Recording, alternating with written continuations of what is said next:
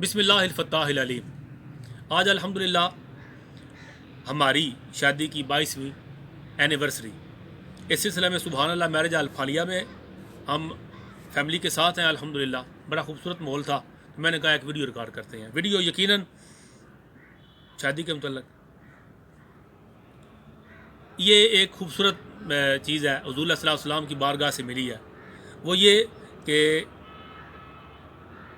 بیوی کو شوہر کا اور شوہر کو بیوی کا مزاج شناس ہونا چاہیے خوشگوار زندگی کے لیے۔ ہماری الحمدللہ خوشگوار ہے، اور اس کی میں ایک مثال دے دوں۔ حضور صلی اللہ تعالیٰ علیہ وآلہ وسلم کی بارگاہ میں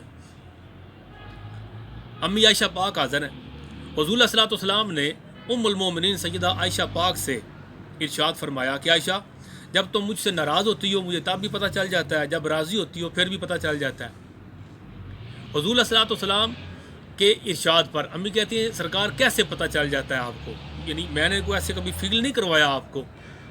آقا علیہ السلام نے فرمایا جب تم راضی ہوتی ہو اور بات کرتے ہوئے قسم کھانے کا وقت آ جائے تو تم کہتی ہو رب محمد کی قسم، اور اگر ناراض ہو کسی معاملے پر تو بات کرتے ہوئے تم قسم کھانی ہو تو تم کہتی ہو رب ابراہیم کی قسم۔ تو میں جان جاتا ہوں کہ اس وقت نالاں ہے عائشہ۔